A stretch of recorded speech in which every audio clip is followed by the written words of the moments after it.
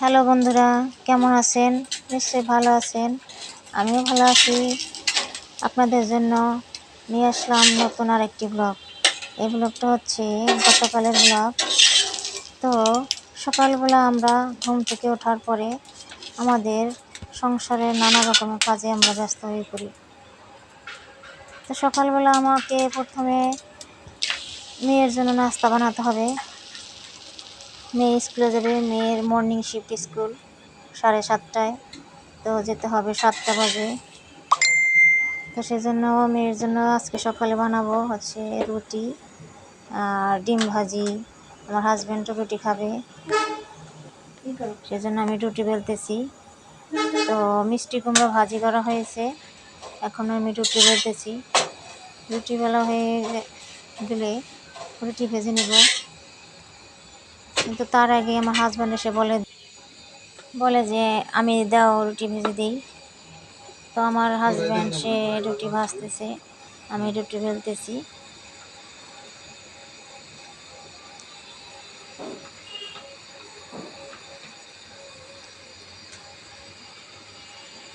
তো রুটি ভাজা হয়ে গেলে আমি রেডি হয়ে নেব, আমার বাচ্চাও রেডি হয়ে নেবে। ওকে রেডি করে স্কুলে দিয়ে আসা হয়েছে।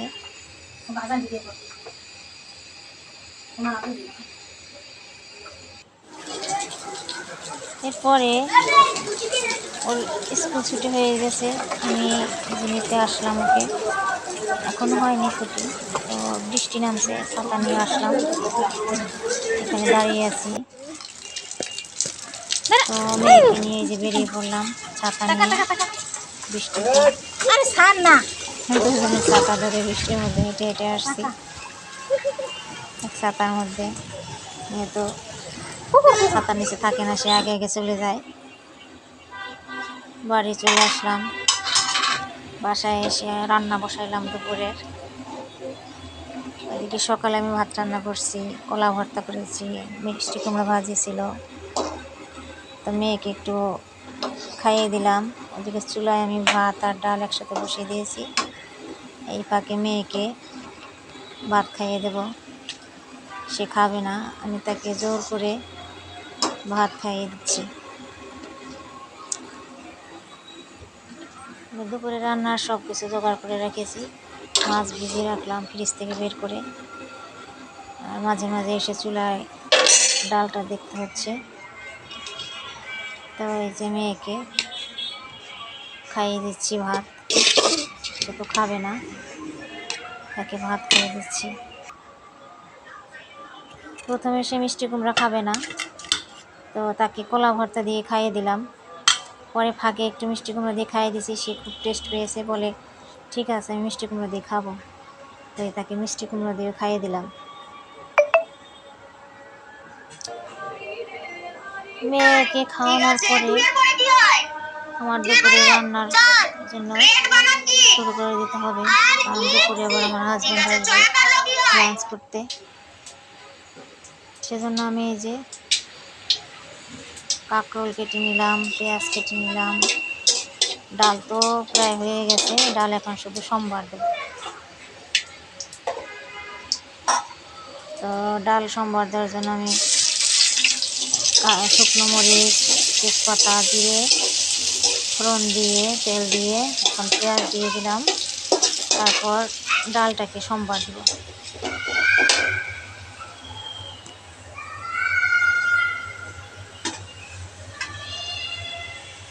তো ডালটা আমি সম্বার দিচ্ছি।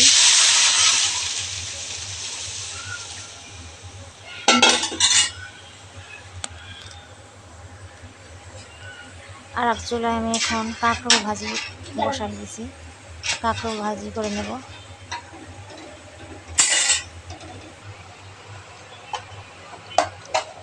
কাঁকরোলটা হলুদ আর লবণ দিয়ে মেখে তারপর তেল দিয়ে চুলায় অল্প আঁচে ভেজে নেব।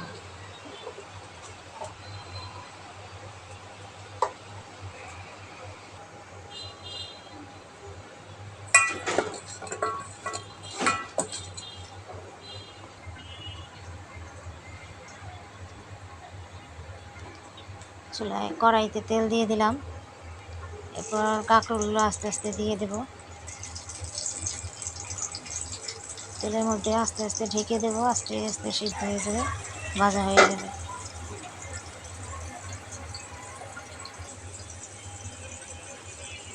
এদিকে আমার ডাল প্রায় হয়ে গেছে।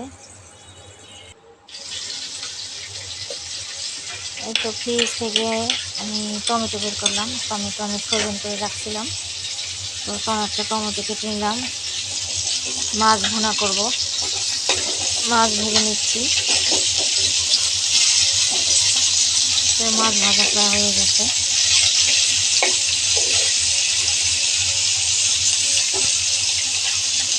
আমি এবার মাছ খুব ভালো করে ভাজি, না ভাজলে আমি খেতে পারি না, আমার গন্ধ লাগে, ভালো লাগে না। মাছটাকে আমি সুন্দর করে ভালো করে ভেজে নিচ্ছি।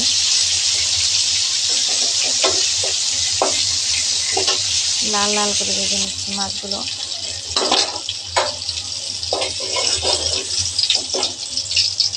এরপরে মাছগুলো নামিয়ে নিলাম।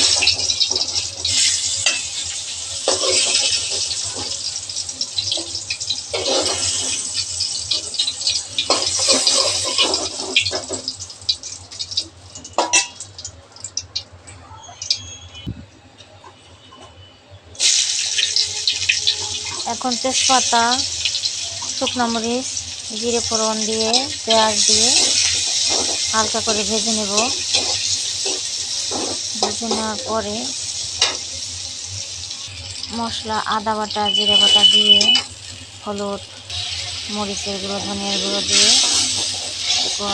জল দিয়ে ভালো করে কষিয়ে নেব। কষিয়ে নেওয়ার পরে আমি মাছগুলো কষানোর মধ্যে ছেড়ে দেব।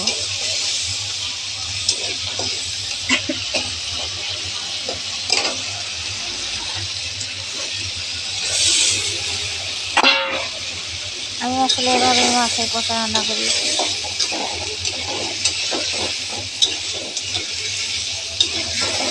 টমেটো দিয়ে দিয়েছিলাম, এখন মাছ ভুনা হবে, জল দিয়ে দেবো।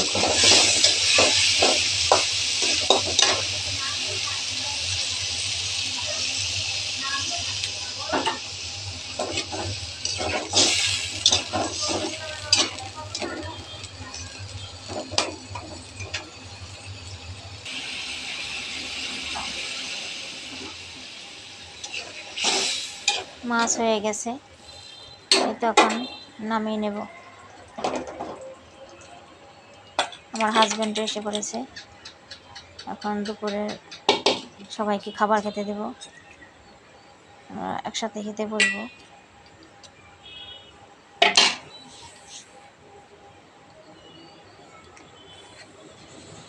এই যে আমার মাছ ভুনার কালারটা দেখুন। তো রান্না করার পরে আমি সাথে সাথে চুলা ভালো করে মুছে নিচ্ছি। চুলার উপর তেল চিটচিটে সব পড়েছে। আমি এবার রান্নার পর পরে চুলা সব পরিষ্কার করে রাখি। আমার যেটা ইচ্ছা, নোংরা থাকলে আমার ভালো লাগে না, তাই চুলাটা ভালো করে পরিষ্কার করে নিলাম। এরপরে আমরা সবাই একসাথে খেতে বসবো।